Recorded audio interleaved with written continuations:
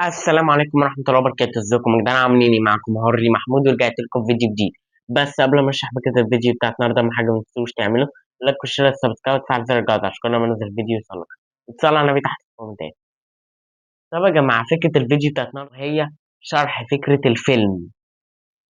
بس قبل ما نبتدي فكرة الفيديو بتاعت النهارده يا جماعة، كل سنة وانتم طيبين بمناسبة السنة الجديدة. واللي يا جماعة ما شافش الفيلم أربعة مختلفين هتلاقيه تحت في الديسكريبشن. طب يا جماعة أنا جاي في الفيديو ده أشرح لكم فكرة الفيلم اللي مش فاهم إن الفيلم بيتكلم عن إيه. الفيلم بقى يا جماعة بيتكلم عن إيه؟ بيبتدي بأربع أشخاص. المفروض يا جماعة إن الأربع أشخاص دول صحاب وعايشين مع بعض في بيت واحد. أول شخصية يا جماعة شخصية هارلي، المفروض إن شخصيتي أنا. المفروض يا جماعة إن هارلي ده بيحب التلاتة التانيين وبيحبهم جدا وبيعتبرهم إخواته مش صحابه. تمام؟ الشخص التاني يا جماعة هو شخصية سرسجية، وهي شخصية أدهم، شخصية سرسجية.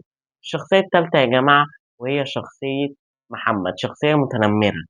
والشخصية الرابعة يا جماعة وهي شخصية يوسف الدحيح. الفيلم بيتكلم إن كل واحد فيه عيب، يا جماعة إن هارلي بيساعدهم عشان يتخلصوا من العيب ده. بمعنى إيه يا جماعة؟ زي مثلا أدهم. أدهم يا جماعة شخصية سرسجية، بيكلم بنات، ويعني إيه اللي هو واخد الدنيا سبهللة زي ما إيه كان في الفيلم.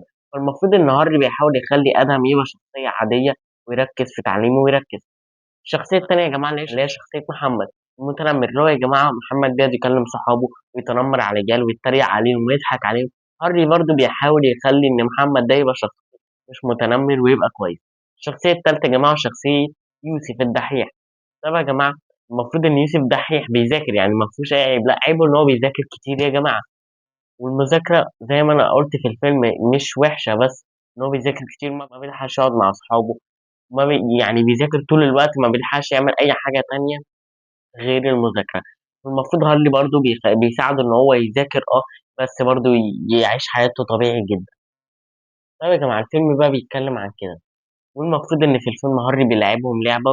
اللعبة عبارة عن إيه؟ إن هما بيلعبوا، هارلي بيدي كل واحد فيهم ورقة والمفروض يكتب هو نفسه في إيه. وكل واحد بيكتب حاجة هو نفسه فيها وهارلي بيحاول يعملها له. زي مثلا محمد لما كتب قال أنا نفسي أبطل تنمر. وفعلا هارلي قال له أنا هساعدك تبطل تنمر وأنت ما تنمرش على حد. نفسها ساعتها يا جماعة كلم صاحبه وقال له إن هو مش عايز يعرفه تاني. وكده محمد خلاص اعتبر قرب يحل مشكلته. برضه يا جماعة زي أدهم، إن هو سرسجي ما بيذاكرش أو واخد الدنيا سبهللة. فلما لعب اللعبة دي وقال أنا نفسي أرجع طبيعي تاني وأبطل أكلم بنات، هارلي قال له تقدر وأنا معاك. فساعتها برضه أدهم كلم البت اللي يعرفها وقال لها مش عايز أعرفك تاني وبعد عنها. وكده برضه أدهم قرب يحل المشكلة. برضه يوسف كتب قال أنا بحب المذاكرة، المذاكرة حلوة بس ما بلحقش أقعد مع أصحابي. فهارلي برضه قال له تقدر تعمل جدول وتقدر تقعد مع أصحابك، تقدر تعمل كل حاجة. فهارلي حل لكل واحد مشكلته. فكلهم برضه سألوه قالوا له أنت نفسك في إيه؟ هارلي قال لهم أنا نفسي في حاجة واحدة، إن إحنا كلنا نبقى إخوات. طب يا جماعة فكرة الفيلم دي كانت يا جماعة من تأليفي. طب يا جماعة اللي مش فاهم الفيلم، أنا عامل الفيلم ده اللي هو بيوضح عن حياة الناس. ع- يعني في ناس كتير كده، في الشخص المتنمر، في الشخص اللي هو السرسجي، في الشخص الدحيح، في اشخاص كتير يا جماعه. فانا حاولت ان انا الخص الفيلم واعمل اربع اشخاص بيتكلموا عن كده. والفيلم يا جماعه حرفيا يعني تعبني جدا، يعني خد تصويره كتير ومونتاج اكتر وعملت فيه حاجات كتير يا جماعه. فاتمنى ان هو يعجبكم، ولو ما شفتوش هتلاقيه تحت في الديسكريبشن. قولوا لي بقى رايكم تحت في الكومنتات يا جماعه، حلوه فكره الفيلم واعمل لكم افلام تانية ولا لا؟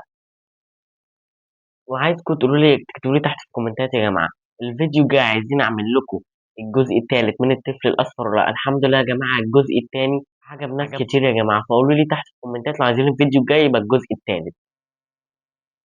وبس كده يا جماعه كان الفيديو بتاع النهارده خلص. اهم حاجه ما تنسوش تعمل لايك شير سبسكرايب وتفعل زر الجرس عشان كل ما انزل الفيديو يوصلك. و- و- ولو ما شفتش الفيديو اللي فات هتلاقيه تحت في الديسكريبشن. وانا يا جماعه من قناه واتساب بنزل عليها محتوى مختلف خالص، هتلاقي اللينك تحت في الديسكريبشن. برضه يا جماعه لينك الانستجرام هتلاقيه تحت في الديسكريبشن. بس كده، سلام.